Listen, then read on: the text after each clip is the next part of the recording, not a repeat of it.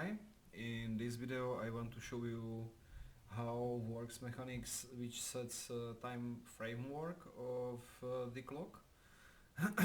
I prepared this simple scene where you change the time framework of the clock. Right now it sets typically to 12 hours in a cycle, 60 minutes in an hour, 60 seconds in a minute. But let's say I want to set it to 6 hours in a cycle, 30 minutes in a hour, and say 25 seconds in a minute.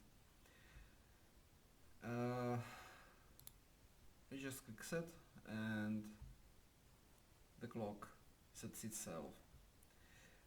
This mechanic is I try to make it a bit clever, so if there are already some start hours, start minutes, start seconds, then this start time is adjusted to the new time framework, so you don't need to worry that it will start in some weird time which this clock cannot display. It's okay.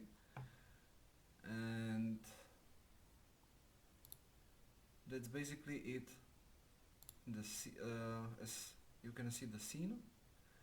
I see it's not very lucky. I made this second hand blue, but I think for demonstration it's okay. I made a simple script and this script is here on this button, and so let's have a look on this script. Well, it's basically very simple script. It just has some logic to control this text on the sliders to just have a bit of overview. What's important is this method, which is connected to the button on press method.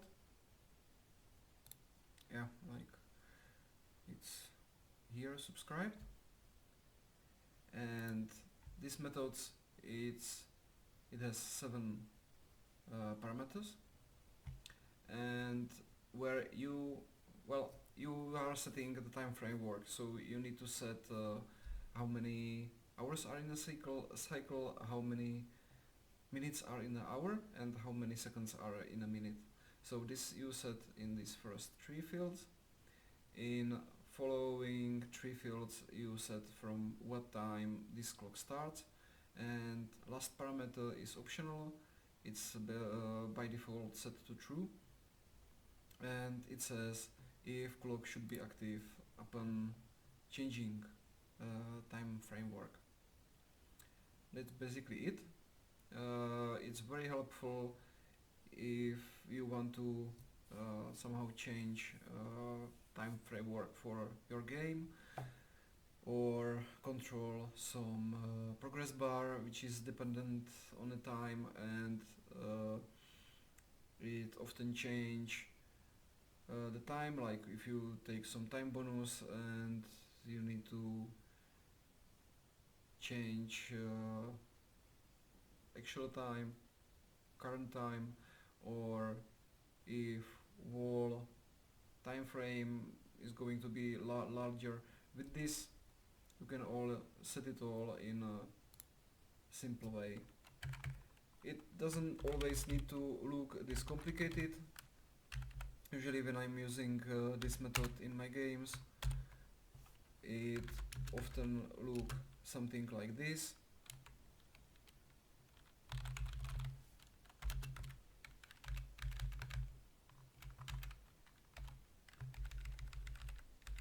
I usually set just seconds, and start time is again just some seconds, and here I put or not if I want to that clock is active upon this change. Everything like start time and all the settings for the clock are happening automatically. You don't need to worry about it. this is usually what this simple line usually sets it all. It's really helpful. I am using it a lot in my projects, and I hope it will help you to need to do something like this. Thank you for your attention. Bye.